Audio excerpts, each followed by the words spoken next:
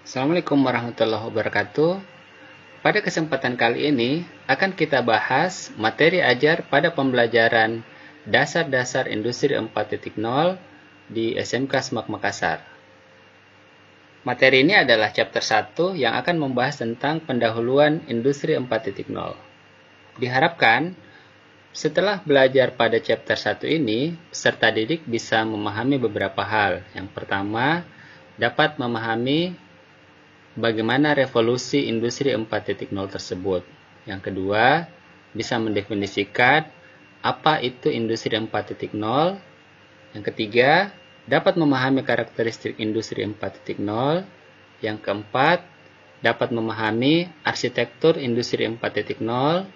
Yang kelima, mengetahui prinsip industri 4.0. Yang keenam, dapat menjelaskan manfaat dari penerapan industri 4.0, serta yang terakhir, dapat memahami konsep tentang Making Indonesia 4.0 yang sudah dicanangkan oleh pemerintah Republik Indonesia. Apakah kalian sudah memahami bagaimana sih gambaran tentang industri 4.0 itu? Jika belum, coba kita simak bersama video berikut ini.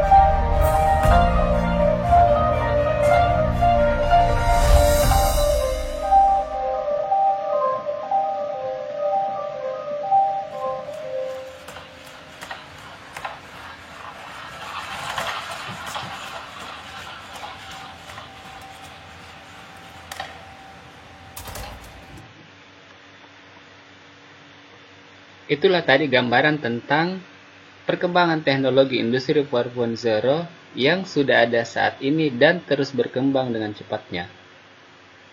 Pembelajaran ini membahas tentang pilar-pilar industri 4.0 serta bagaimana hubungannya dengan penerapan industri kita di Indonesia. Bagaimana revolusi industri 4.0 berawal? Istilah Industri 4.0 ini lahir dari ide revolusi industri keempat.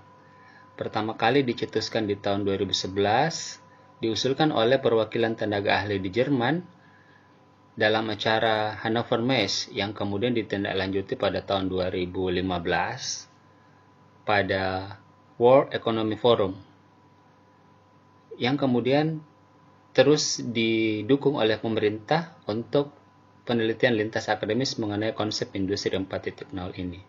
Artinya adalah industri ini juga baru berkembang di beberapa tahun terakhir, di mana konsep utama dari 4.0 ini adalah penggunaan mesin yang sudah terintegrasi dengan jaringan internet. Istilah 4.0 inilah yang kemudian juga mendasari penamaan istilah 1.0, 2.0, maupun 3.0, di mana ditarik mundur sejarah ke belakang kira-kira apa sih perubahan yang cukup disruptif pada perkembangan teknologi di tahun-tahun sebelumnya. Sepakatilah bahwa industri 1.0 itu yang kemudian dimulai pada sekitar abad 17-an ya, di mana diperkenalkan adanya tenaga air dan uap yang membantu mekanisasi produksi dan peningkatan sektor pertanian. Kemudian revolusi industri 2.0 itu ketika ada pemanfaatan tenaga listrik di industri pada mesin produksi, sehingga mulailah ada produksi-produksi massal. Ini misalnya adanya konveyor atau yang lain-lain gitu ya, untuk memudahkan proses-proses yang ada di industri. Ini di abad 18-an. Kemudian teknologi disruptif yang terjadi di tahun di abad 19-an, yaitu adanya perkembangan otomatisasi mesin ya. Jadi industri 3.0 ini mesinnya sudah mulai diotomatisasi dengan melibatkan robot-robot. Kemudian berkembang pula adalah adanya era perkembangan teknologi dan informasi. 3.0 inilah juga yang menjadi pilar berkembangnya 4.0. Perusahaan industri yang ada di Indonesia masih berkisar pada industri 2.0, 3.0. Perkembangan industri 4.0 bukan berarti menghilangkan 2.0 dan 3.0, namun saling mendukung untuk melengkapi dan berkembang sehingga menjadi lebih smart.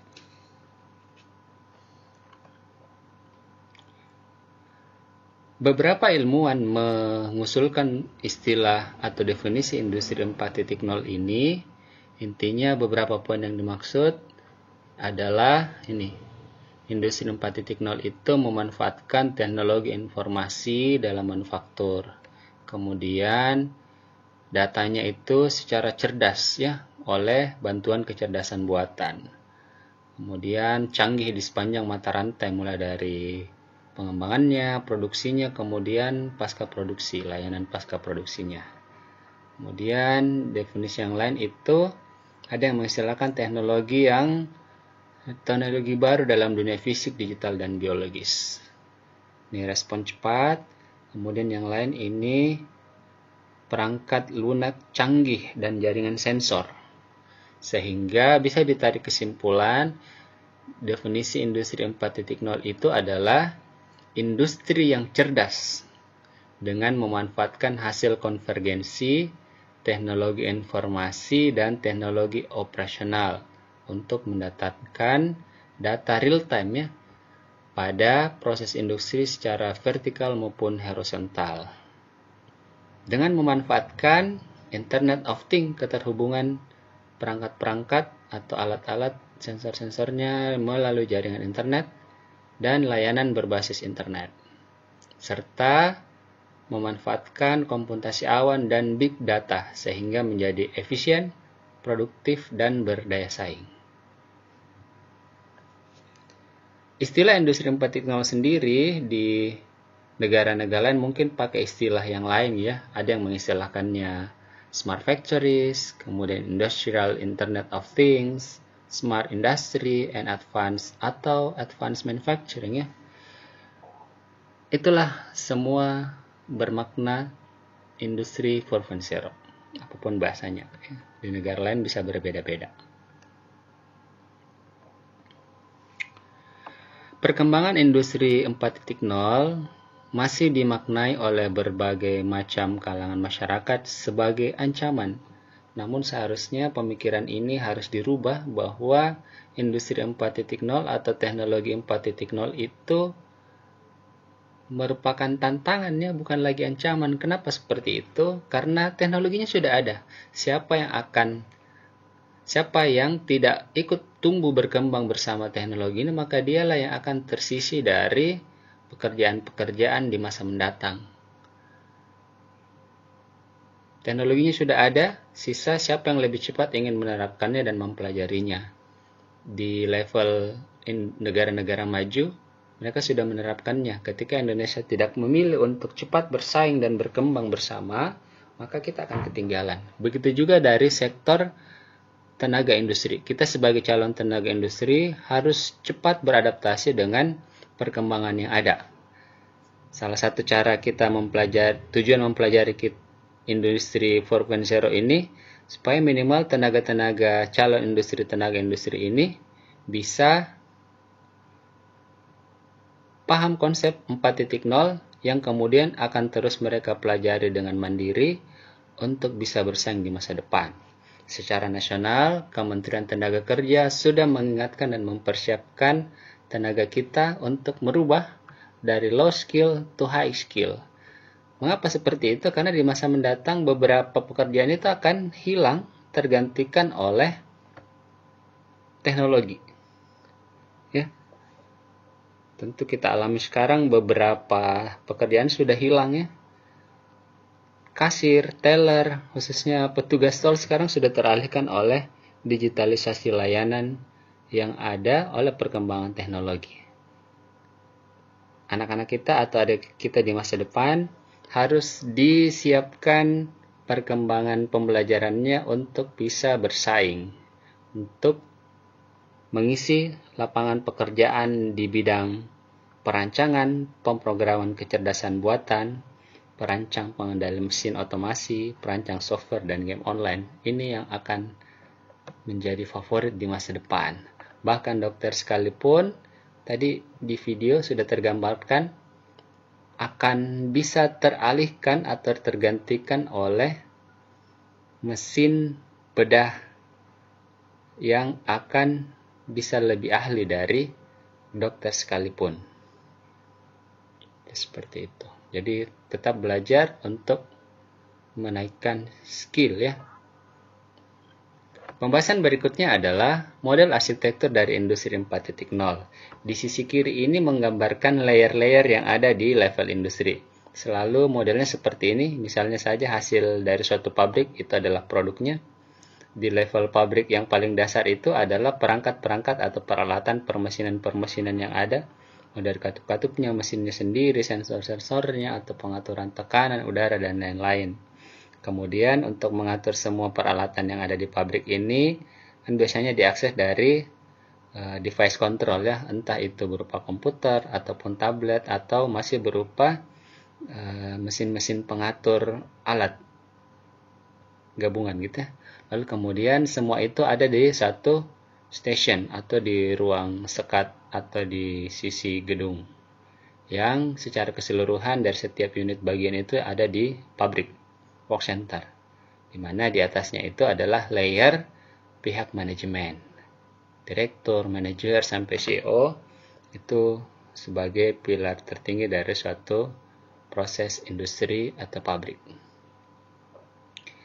Secara konvensional, model ini untuk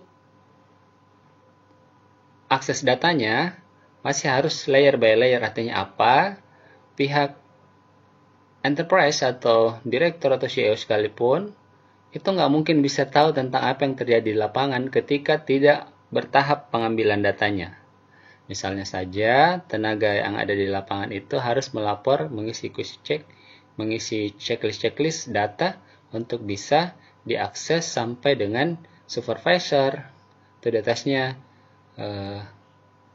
manajer gitu ya, atau direktur atau CO. Itu harus layer by layer agar datanya bisa didapat. Namun, pada teknologi industri 4.0, industri yang sudah merupakan 4.0, model arsitekturnya itu sudah saling terhubung satu sama lain.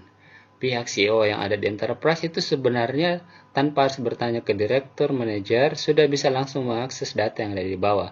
Berapa data penjualan, berapa mesin yang perlu pemeliharaan, ya, berapa tenaganya, berapa pegawainya, berapa biaya produksinya, semua bisa diakses satu sama lain.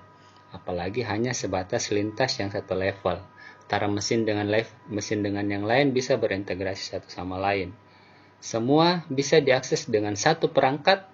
Tablet sekalipun cukup untuk mengakses semua data-data yang ada. Kenapa? Karena datanya sudah terhubung satu sama lain, ada di cloud, ada di data global untuk bisa diakses sesuai dengan kapasitas akses yang kita bukakan. Begitulah industri 4.0, bisa pabriknya pintar, produknya juga pintar. Karakteristik industri 4.0 yang lain itu dapat berkembang oleh adanya 9 pilar yang mendukung perkembangan industri 4.0. Teknologi-teknologi 9 pilar teknologi itu mencakup masing-masing mulai dari IoT, Internet of Things. Apa itu? Semua device atau perangkat atau peralatan yang ada di pabrik bisa terhubung satu sama lain dan saling berinteraksi untuk menerima data dan mengakses data dan mengolah data dari data-data yang lain untuk berproses berikutnya.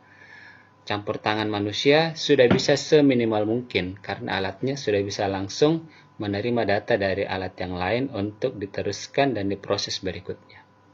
Bisa saling terkoneksi oleh adanya internet dan kecerdasan dan sensor-sensor yang dia miliki. Lalu kemudian Big Data Analytic.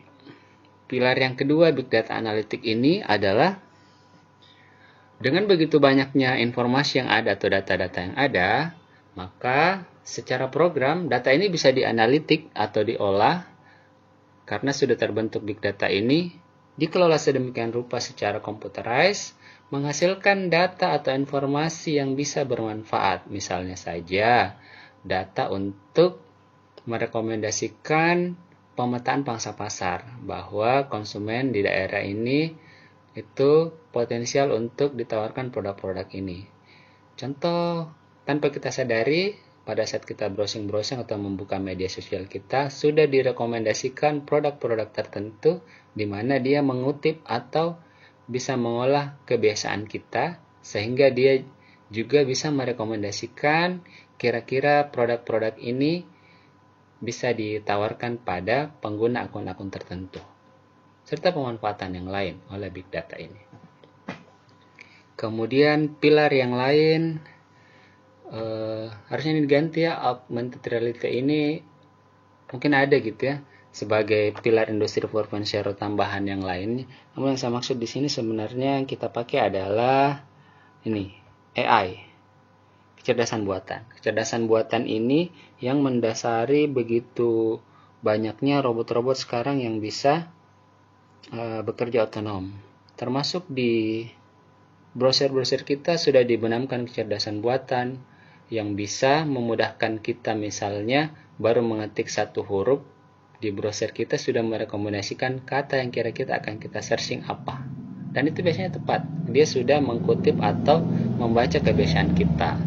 Kemudian Google Maps kita sudah bisa merekomendasikan arah yang jalur yang lebih cepat, yang tidak macet ya, dari Google Maps. Kemudian Google Maps, Google Assistant bisa menemani kita untuk bisa berinteraksi. Contoh yang sudah tinggi sekali kecerdasan buatannya adalah robot Sophia yang pernah berkunjung ke Indonesia lalu diwawancarai. Sebenarnya dia robot tapi memiliki kecerdasan yang sudah dibenamkan di dalamnya. Kemudian software integrasi pada proses produksi baik secara horizontal dan vertikal di industri. Ini adalah konsep adanya software yang memudahkan tadi yang layer by layer yang ada di industri itu bisa terhubung satu sama lain. Kemudian pilar teknologi yang lain pada industri 4.0, sifatnya itu bersifat digital twin antara fisik dengan cyber atau maya. Itu bisa disimulasikan. Ini memudahkan kita untuk melakukan penelitian dan research. Misalnya untuk mengembangkan suatu produk, kita buatkan virtualnya dulu, untuk kita coba-coba kalau dicampur ini, digabungkan dengan ini, bagaimana potensinya kalau dicobakan, tahan berapa lama, keawetannya bagaimana, bisa nggak secara massal diproduksi. Itu bisa disimulasikan dulu secara virtual. Barulah setelah virtual sukses, dicoba secara virtual, bisa dan bagus, barulah kita buat secara fisik. Jadi enak. Lalu berikutnya, data-datanya itu bisa diakses dari kapanpun dan dimanapun oleh adanya cloud computing. Pilar teknologi yang lain, alat-alat bisa saling terhubung dan diakses datanya karena mereka terhubung ke pusat data yang ada. Melalui cloud computing kita bisa akses. Oleh adanya internet, data-datanya bisa diakses kapanpun dan dimanapun. Misalnya saja yang sederhana ini adalah Google Drive gitu ya. Data kita tersimpan secara cloud, bukan lagi ada di HP atau di laptop. Bisa disimpan di awan. Istilahnya awan itu ya, cloud computing. Atau video-video atau gambar-gambar kita yang ada di media sosial tidak tersimpan secara paten di handphone atau di laptop, tapi disimpan di awan. Kemudian pilar yang lain adanya 3D printing sebagai additive manufacturing, dapat dihasilkan produk-produk yang spesifik secara personal. Misalnya tadi dari video awal digambarkan memproduksi rumah yang bisa dihasilkan dalam 24 jam dengan model yang sangat spesifik, permintaan khusus dari pelanggan bisa dibuatkan karena bisa dicetak printing ya, sebagai teknologi, salah satu pilar teknologi industri 4.0. Kemudian yang lain adanya robot-robot ini sekarang sudah bisa otonom. Kenapa bisa otonom? Ya sudah bisa berpikir sendiri gitu. Kemudian masing-masing bagian-bagian ada pada robot itu dapat berinteraksi satu sama lain dengan sangat baik. Bisa mengambil keputusan sendiri kapan dia harus ngecas misalnya, kapan harus membersihkan. Kalau dia adalah robot pekerja untuk membersihkan ya, misalnya di Bandara Udara Soekarno-Hatta di Terminal 3 sudah ada mesin otomatis bersih-bersih. Otomatis kalau berjalan tidak menabrak, bisa mengambil keputusan sendiri yang mana yang kotor, yang mana yang bersih. Kemudian kalau dia lowbat bisa ngecas di mana. Ya, itu contohnya. Atau robot-robot yang tadi yang kita lihat di video, mobil-mobil di pabrik atau di tambang sudah tidak berawak lagi, tidak pakai sopir lagi. Itu adalah robot yang otonom. Karena semua sudah saling terintegrasi, terhubung satu sama lain, maka salah satu kuncinya juga yang harus dikembangkan adalah cyber security. Dunia maya tadi, yang cyber tadi harus bisa diamankan secara digital oleh perkembangan pilar teknologi cyber security. Apalagi hubungannya dengan data-data uang gitu ya, harus betul-betul secure.